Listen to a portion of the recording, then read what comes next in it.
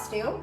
And we are here starting our first series called Botox, in which we talk about beauty products and beauty treatments, just some uncensored chit chat so we can spread some information about them. So today we're talking about Botox. our favorite topic, Botox. Yes. So Rabab, tell me a little bit about Botox and what do you like about it? Botox is a very well-known neuromodulator. It's been on the market for years. Yeah. And so it's not some new one that's going around. Agreed. So that's what I love about it. I love that it's tried and tested, and It's the gold standard. It's the gold standard. Yeah. And the results last a good 3 to 4 months as long as your doctor is dosing you correctly and things like that. Absolutely. And one of my favorite things to talk about Botox is the misconceptions.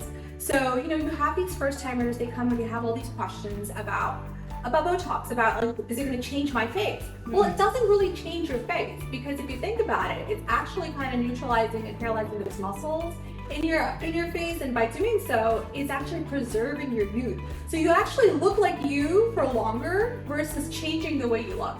Exactly. And so those lines or those wrinkles that naturally happen with age are reduced, and you're not getting those lines. Right. Remember, we always tell our patients we want to get them when they're dynamic. We want to get them when the lines are coming with movement, not when they're static, not when they're super deep inside. Yes. Because once that happens, then it's hard. It's hard. So the best age really is now. Like when you're starting to age and you're busy, you have a lot of day-to-day struggles and those kind of things. This is the best age to kind of go ahead and get started on yourself. Work on yourself. So Rabab, I know we were talking about like neurotoxins, and people hear that and it's a little scary for them. Yeah. What did you want to say about that? So like I said, Botox is one of the neurotoxins that's been around for years. Right. One of the tried and true, FDA approved. So it's very safe.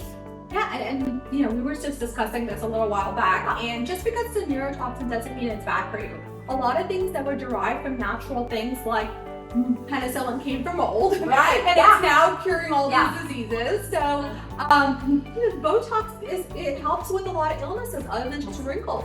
We give it for migraines. Yes. We give it for people who are sweating a lot from hyperhidrosis. Yes. So there's a lot of things we are using Botox for other than just wrinkles. But of course, wrinkles is the aesthetic. Yes, correct. Silver lining. Yes. So yeah, so that's a little bit about Botox. Yep. Bye guys.